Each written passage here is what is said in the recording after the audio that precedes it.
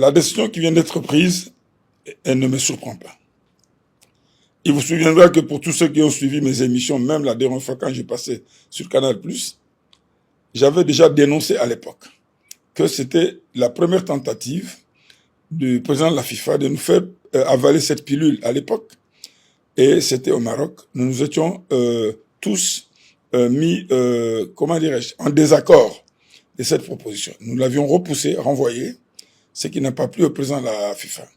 Tout simplement pourquoi la quintessence de cette compétition dérange les pays européens.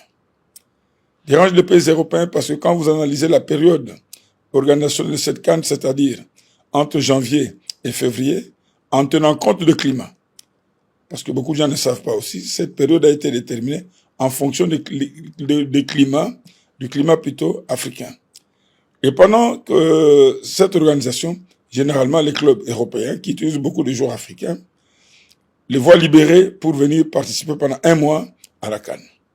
Et ces clubs, à l'époque, organisés autour de ce qu'ils appelaient le G14, exerçaient beaucoup de pression sur le président de la FIFA. Sans oublier qu'avant d'arriver à la FIFA, il était secrétaire de l'UEFA. Et donc, une des motivations, c'était arriver à ce que la CAF puisse revoir son système organisationnel, la périodicité, pour permettre aux clubs européens de respirer.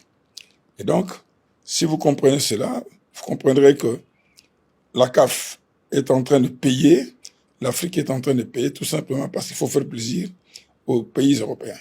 Il y a plusieurs hypothèses de travail.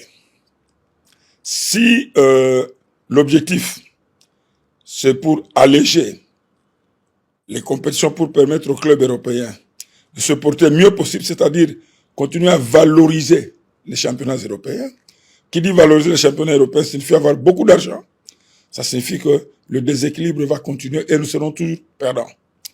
Maintenant, si la décision a été prise parce qu'on estime que, vous verrez par exemple que le CHAN n'était plus assez, financièrement assez important, ça c'est à voir aussi. Donc ce sont des choses qu'il faudrait examiner. Mais notre perte, c'est l'impact sur les championnats locaux. L'impact sur les championnats locaux. Parce que le CHAN, qui était une idée géniale du feu président Issa Hayatou, avait pour objectif de valoriser les championnats nationaux afin que ceux-ci puissent produire des talents purs venant des terroirs. Pourquoi cette décision avait été prise? Parce que nous avons constaté qu'à partir d'un certain moment, on commençait à avoir une prédominance de joueurs binationaux dans les équipes nationales qui portaient ombrage aux valeurs africaines. Souvenez-vous, à l'époque d'Imputu Trésor, la CAF était obligée de créer même un trophée pour le meilleur joueur évoluant en Afrique.